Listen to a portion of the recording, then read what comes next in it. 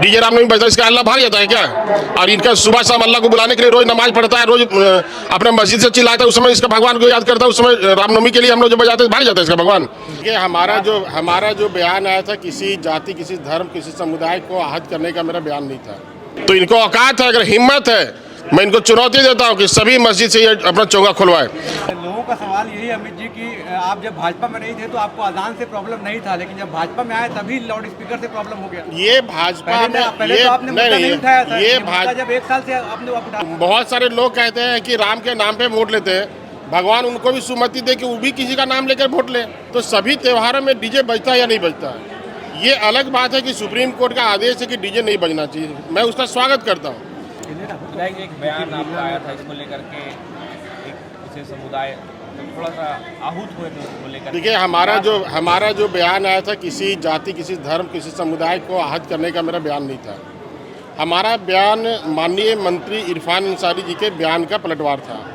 हमारा कहना है कि किसी भी मंत्री को, विधायक को, किसी भी आदमी को किसी भी धर्म पर कटाक्षेप करना या फिर उनके बारे में टिप्पणी करना निश्चित रूप से अच्छा नहीं है।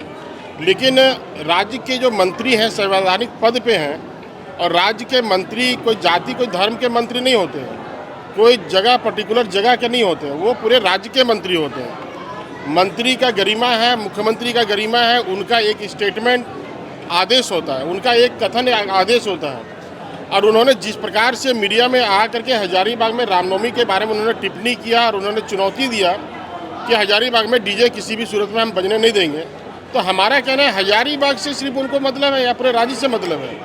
मैं उनसे पूछना चाहता हूँ, आपके चैनल के माध्यम से पूछना चाहता हूँ, और भी त्यौहार हुए, सारे समुदाय के लोग त्यौहार मनाते हैं, तो सभी त्योहारों में डीजे बजता है या नहीं बजता है? ये अलग बात है कि सुप्रीम कोर्ट का आदेश है कि डीजे नहीं बजना चाहिए, मैं उसका स्वागत करता हूँ। लेकिन साथ ही साथ सरकार यहाँ पे है, हेमंत जी का सरकार है, इरफान जी उसमें मंत्री हैं, आप कैबिनेट से पत्र जारी क्यों नहीं करवाते पूरे राज्य में कि राज्य में पूर्णतः डीजे बैंड रहेगा, किसी भी त्यौहार में डीजे नहीं बजेगा? लेकिन जब भी रामनवमी आता है, जब भी हजारीबाग की चर्चा आती है, जब भी सरस्वती पूजा आता है, तभी डीजे की चर्चा होती है। लेकिन और त्योहारों में आप जाके देखेंगे कभी डीजे की चर्चा नहीं होती है। तो मैं मंत्री जी से कहना चाहता हूँ, आपके माध्यम से, मैंने उस दिन भी यही बात कहा कि मैं उनसे कहना चाहता हूँ कि इससे कोई फ़र्क नहीं पड़ता कि डीजे से कोई भगवान आता है चाहे अल्लाह भाग जाता है, ऐसा कुछ नहीं है। आपको अगर चाहिए, अगर हिम्मत है, तो आप या तो डीजे पे प्रतिबंधित करिए, पूरे राज्य में डीजे नहीं बजेगा, किसी जाति, धर्म, समुदाय के लिए नहीं बजेगा, और नहीं तो बजे तो सारे लोगों के लिए बजे। बस मेरा इतना ही है। लोगों का एक सवाल है कि भाजपा जो है वो राम के नाम पे खाली वोट लेती है, उनका कहना है कि ये रामनवमी को राजकीय, देखिए हम लोग सिर्फ रामनवमी के टाइम में क्यों आता है, जब सदन साल भर चलता है, देखिए हम लोग क्यों नहीं उठाया जाता है? बहुत सारे लोग कहते हैं कि राम के नाम पे वोट लेते हैं, भगवान उनको भी सुमति दे कि वो भी किसी का नाम लेकर वोट ले। अगर हम राम के नाम से अगर वोट ले रहे हैं तो भी किसी का नाम से लेके वोट ले। और ये हमारी कह रहे हैं कि इसमें काम पीछे छूट जा रहा है ना। कहाँ पीछे छूट जा रहा है काम? आपसे ये भारत, ये में आपने क्या काम किया, ये तो हेमंत सोरेन से पूछना है, ये इरफान अंसारी से पूछना है, पिछले 1.5 सालों से उन्होंने क्या किया ये उनसे पूछना है। अगर चंद 28 लाख मैया सम्मान योजना को अगर छोड़ दें तो आप एक भी उपलब्धि पूरे जिले में बता दीजिए, एक भी उपलब्धि कोई गाँव में बता दीजिए। कोई वृद्धा पेंशन किसी को मिल रहा है क्या? विकलांग पेंशन मिल रहा है क्या? सबसे बड़ी बात कि राज्य के स्टूडेंट, जो हजारीबाग राज्य के सबसे बड़ा स्टूडेंट का गढ़ है, आज उन विद्यार्थियों को स्कॉलरशिप नहीं मिल रहा है। इससे शर्म की बात इस सरकार के लिए क्या हो सकती है?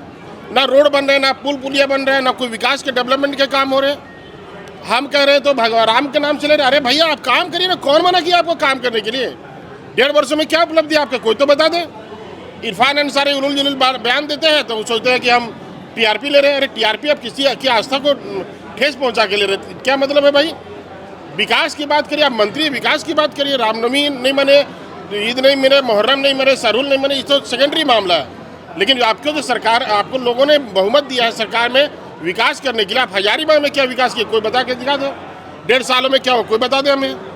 तो विकास जिनको करने के लिए वहाँ मिला है वो तो कर ही नहीं पा रहे, और दूसरे लोगों पे भाजपा वाले लोग आरोप करते रहता है। अमित, लोगों का सवाल यही अमित जी कि आप जब भाजपा में नहीं थे तो आपको अजान से प्रॉब्लम नहीं था, लेकिन जब भाजपा में आए तभी लाउड स्पीकर से प्रॉब्लम हो गया। ये भाजपा में पहले तो आपने मुद्दा नहीं उठाया था, ये जब 1 साल से आपने उठाया। आप हमारी बातों को नहीं सुने। मैंने कहा ये भाजपा और कांग्रेस का राष्ट्रीय जनता दल से निर्दलीय से कोई मतलब नहीं है। ये मतलब सिर्फ इरफान अंसारी माननीय मंत्री के बयान से था। वो तो और पर्सनल उनके लड़ाई है ना सर। नहीं, पर्सनल लड़ाई क्यों, किसकी जाति के बारे में बोलेगा? क्यों हजारीबाग में डीजे नहीं बजेगा? कौन चुनाव होता बोलने वाला? हमारी लड़ाई उनसे थी, ना कि कोई जाति धर्म कोई पार्टी पॉलिटिक्स से नहीं है। हमारा कहना, आप मंत्री हैं, राज्य के मंत्री हैं, आप ऐसा विवादित बयान नहीं दें जो दूसरे लोगों को भी आहत पड़े। मेरी लड़ाई उनसे है।